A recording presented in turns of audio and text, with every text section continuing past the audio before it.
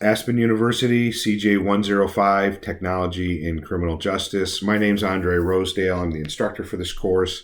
This is Module 4, Question 2, which reads, if you were responding to a cybercrime incident, how likely would you be able to effectively investigate the crime, and what training do you think you would require? Interesting question. I work for what's considered a large police department because we're over 50 sworn personnel. The average police departments in the United States are 50 or less. So I guess we're a medium size. So we don't get a lot of training on this. As you saw in the last video, education is probably the best thing for the general public. And it's also the best thing for police officers. We don't get a whole lot of it. Effectively investigating something like a Western Union scam or a computer scam for your credit card or your bank information is pretty much not happening. Secret Service would cover this jurisdiction because it usually crosses state lines, and then they have like a threshold. The last I saw it was $1,500. But for the most part, banks, credit cards, they handle it. They take it as a loss. They become the victim, and then your victim that comes into the police department or that you get dispatched to doesn't exist anymore. They just become the reporting party. So to effectively investigate it here in Connecticut, we would take down the information from the complainant, and we would do follow-ups with the bank or the credit card. We would try to track where it goes to, and we would try to effectively make an arrest through warrant that way.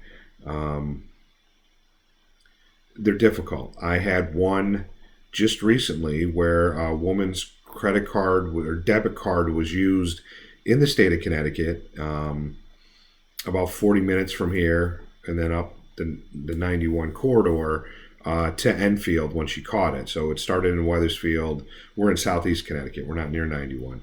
So it started in Wethersfield, and then the charges went all the way up into Enfield. And I was prepared to go get videotapes and do a good investigation on it, and that would be one of the ways to do it. If it's local, you can go get the videotape of the person using the information at an ATM machine or a Best Buy or something. And then if you can identify that person through videotapes of that person going in and the cars and that kind of thing, you would interview them to see if they were in fact falsely using this or if they had permission to, and the complainant was trying to claim it as a scam. That's a different conversation. And I was prepared to do all that. I was prepared to contact the bank. She had homework, basically. She had my contact information and a list of things that I needed her to do that I am not able to do on her behalf, because banks don't give police officers information just because. And she called the bank. When the bank opened, the bank made her whole again, saw that she was being scammed, and she stopped communicating with me. And it's very frustrating. Do I believe she was a true victim? Yes. But she will not participate in this investigation, and therefore I had to suspend it. I contacted the bank, and they were like, nope, without her giving us permission, we can't help you. Training. There could be roll call training involved in that for police officers, or just training from other officers. Your field training officer, senior officers. We have a detective that is not the white collar crime detective because we don't have one, but he likes that stuff, so he's up on that stuff, and he's our go-to guy on that.